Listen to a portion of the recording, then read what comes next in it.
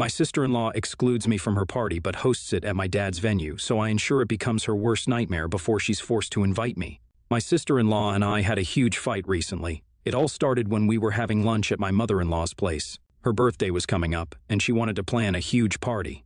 My parents are in the party business and own a couple of venues, so she asked me if I would talk to my father about one, and I told her sure, that he would send the details and cost prices of the venues he owned, and she could choose any one she preferred. I told her it would be expensive, though. The next week, we again met at my mother-in-law's place for lunch. She was trying to convince her mother to pay for her birthday, which she declined, saying it was a ridiculous amount. Her father agreed. She was persistent, though. She came to my husband, her brother, and told him that he owed her and had to pay for the whole birthday party, if not at least half. My husband called her out, saying he didn't owe her anything, and he wasn't going to pay for anything. He told her to stop acting like a fool. She stomped off at the table. While everybody was eating, she demanded that if we loved her, we would pay for her party. Everybody just laughed and went back to eating and talking. She finally lost it and came at me, saying that I should be able to give her the venue for free instead of hoarding money from her. She said that my family owned it, so she should be able to get it for free. She asked me what type of person I was for taking money from her. I cut off her rant and told her that my parents owned those venues, not me, and even if I did, it would be ridiculous to let her host her party for free. I asked if she knew how much went into organizing a party, paying the staff, the food, the decorations. I told her that I had warned her that it would be expensive. Just because my parents owned it doesn't mean that anybody gets it for free. With family, yes, so I can ensure the quality of the party. This business is not a charity. She was acting like a kid. She blew up after that, and her parents shut her down immediately. They told her she had no right to demand anything from any of us. She was an adult now, and nobody was responsible for her. She stormed off, leaving midway. Mother-in-law and father-in-law apologized to everybody for her behavior and asked us to continue eating. I could tell they were embarrassed by her behavior in front of everyone. Sister-in-law had tried coaxing other aunts and uncles too, but it hadn't worked. She didn't show up for lunch next week. A couple of days later, my husband received an invitation to her birthday party. We found out that everybody had received an invitation except me. She was holding a grudge against me, but she did decide to host the party at one of my father's venues. Nobody knew where she got the money from. She blacklisted me, and it was laughable. I didn't care, but I knew some of the people that were going to help organize the party and decided to mess with her. I didn't do much, but I told them not to make or help make any decisions for her. It was going to overwhelm her. She just wanted a big party but had no plan whatsoever. That venue could hold hundreds of people, so if she couldn't get a grip, that party would turn into a tragedy. A few days passed, and some of my friends who worked with my parents told me she was acting pissy. I may have told them not to help her out, but this woman wasn't letting them do their work either. She kept changing her mind about the positioning of the decorations, the tables, the food, etc. It was a disaster waiting to happen. At the next family lunch, she was there. Her party was less than a week away. My husband had already told me that he wasn't going to go if I wasn't invited. I told him I didn't mind if he went because, after all, she was his sister, but he said that would only indulge her behavior, and he wasn't going to tolerate the disrespect towards me. I didn't speak to her or look at her. We were having lunch in the backyard. It was a cute setup, and the weather was pleasant.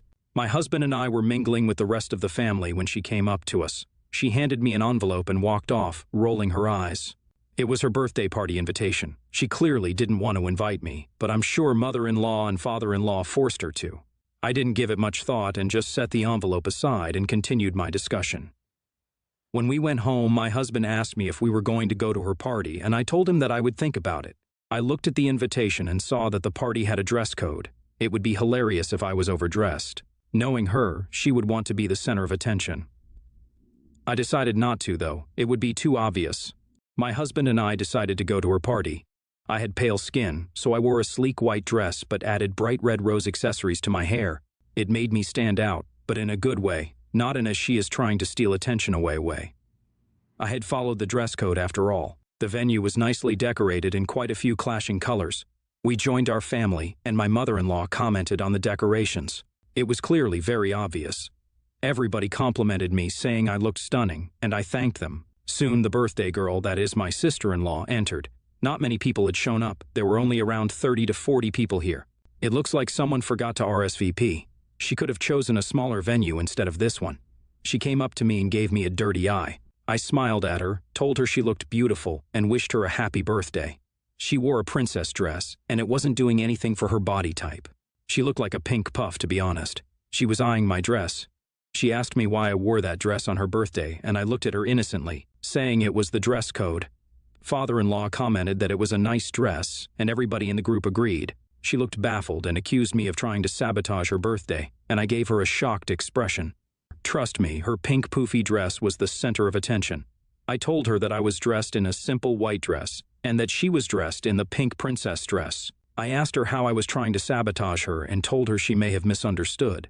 It was hilarious. She dug herself deeper when she called me a bitch in front of the whole family and started the tantrum about how she had put in so much work for the party and even taken out a loan for it, and she continued. I just faked the hurt expression. Her parents, on the other hand, were enraged by her language. They didn't tolerate it. Mother-in-law smacked her on the head hard and told her to shut up. She went off on her, telling her to back off and to stop accusing me for no reason. She told her to watch her mouth. Sister-in-law looked at her shock and said, "It's my birthday," mother-in-law said. "Just because it's your birthday doesn't mean you get to spew nonsense and act like you're from the streets." She said, "I brought you up better than that."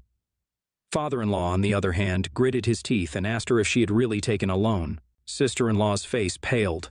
Other family members had joined us, wondering what was happening. The others were staring. Sister-in-law confirmed that she had. "Who the hell takes a loan for a party?" Father-in-law asked her how much it was, and she tried to dodge the question by saying not much and that she could handle it. I highly doubted it. The venue itself cost a lot. She finally spewed out a number, and everyone gasped in shock. Father-in-law tried to keep calm and asked who she thought was going to pay for it. She stared at the ground in shame. She said again that she could handle it.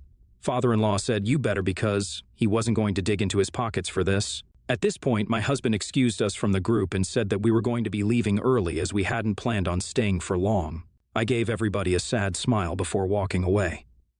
In the car, my husband told me it was better to get out of there now before it got worse. I agreed with him. He apologized and asked me to ignore his sister's attitude, and I nodded my head. We went out for dinner as there were no starters at the party except for some potato thing, and we hadn't eaten anything yet. 2 weeks later, a few days after the party, my husband got a call from my sister-in-law. She asked him to borrow money, which he declined. He had asked her what she needed it for, but she wouldn't say. It turns out it was for a dress she wanted to buy. He told her to stop calling him for money to shop, and told her to put a stop to her expenditure. Some people never learn. LOL. Is she planning to drown in debt? My sister was looking at a few venues to host her party. I know how much that costs. NTA. Sister-in-law seems like a spoiled brat. Opie knows how to deal with people like her. YTA. You had a fight, and she didn't invite you. It is okay for people to not invite you to events. You absolutely did not have to go trying to sabotage her party. It's not like she wasn't paying your parents or the decorators. You were unbelievably horrible. My sister, 20, female, confided in me, 19, female, that the guy she's seeing online is about to get kicked out of the house by his parents and has nowhere to go. And she'll be helping him with money from the college fund our mom had set up for her. I was instantly alarmed, as this is a common scam, and even if it wasn't, this guy being kicked out of his parents' house is still concerning about his character, especially since they never even met. The girl, I failed to convince her not to do it, and begged her to at least let me tag along from afar when she withdraws the money and goes to meet him. She said yes. But when we went to the bank, she actually made a request for $6,000. I was shocked and kept hysterically begging her not to do this. She was carrying $6,000, all in cash, and going to meet this guy. She got tired of me pushing and yelled at me to leave her alone, and that she changed her mind about me tagging along. She then just went ahead and hailed a taxi. I hurriedly went and blocked the door and begged the taxi driver to also take me with her. I told him she was irrational and didn't know what she was doing. I ended up going into the taxi with her. On the way there, I called my bro and mom and told them what's going on. My bro said he was coming, and I shared our live location with him. My sister was absolutely mad and said I was horrible for doing this to her when I know how much she hates both mom and bro and doesn't trust them. She also said I had no right to interfere, even if she was scammed or harmed. She then stopped the taxi and ran out and growled at me not to follow. I ignored her and kept following. When my bro in his car honked at us, we both turned back, and when I looked back again, my sister had started running while he got down from the car, and we both chased after her. In the end, we caught up. My bro told her he'll be following her all the time until he sees this guy, and he will get him to back off. My sister just broke down in tears, called us all freaking nuts that she won't be going anywhere, and to just leave her alone. We insisted she comes home right away, which she did. She went to her room and slammed the door in my face and wouldn't talk to me ever since. My mom said she will understand in time when she matures how big of a favor I did her and not to worry, but her reaction still ate at me, and I'm not sure if I really did the right thing. ATA? Hello. Well, NTA. She'll learn and understand when the guy stops talking to her when she's not a financial pipeline for him. You did the right thing. I would also recommend getting that college fund set up so only your mother can withdraw money or do anything with it. That money is there for her education, not to give away to random guys. NTA. If they just agreed to meet up for coffee and you'd acted with this amount of intervention, that'd be one thing. But nobody asks an online, so to come packed with $6,000 the very first time they meet up in person. These fish stank for a reason, and you acted with a completely appropriate amount of concern for your sister. Had you let her go and something terrible had happened, you'd have never forgiven yourself for not trusting your instincts. It can sometimes feel like cold comfort, but know that you did the right thing. Hopefully, she'll come to see that soon. I'm 16, female. My parents have been divorced for 6 years. I don't know why, and neither will tell me. My mom remarried 4 years ago, and my stepdad has 3 kids, 14 female, 11 male, 9 male. I alternate weeks between my parents, but I'm closer with my dad. I also don't like the steps that much, so when I'm at mom's, I mostly try to stay out of the way and do my own thing. My mom has been trying to make everyone get along for years, but it's not working that well. My dad is pretty well off, but my mom and stepdad aren't. So the kids get mad when I have nicer things that they want or get to do things they can't. My mom has asked my dad to let them come along before, and he refused. Which I'm fine with because I kind of just want to get away from them when I'm not at mom's. It's a big issue for all of them though, so I leave most of my nice stuff at my dad's and don't talk much when I'm at mom's because they always find something to fight about. This year, my dad's side of the family isn't doing a big get-together for Christmas, so since this is my year with him, he suggested we go on a trip to Europe. He has business to do for one day, but we would vacation a week together after and spend Christmas with a friend of his in Sweden. I'm stoked, but my mom and stepdad don't want me to go. I won't be close enough to stop by on Christmas, and they're not going to be able to afford to do much for the kids. So me going on an expensive trip when they're mostly getting clothes and stuff will upset them. I told them to just not tell them then, and I'll Zoom on Christmas, but my stepdad got angry and told me I'm selfish. My mom called my dad and thought about it, but I'm still going to go. For the last 2 weeks, my mom has been hardcore trying to find any reason that I can't go and bring it up anytime we talk.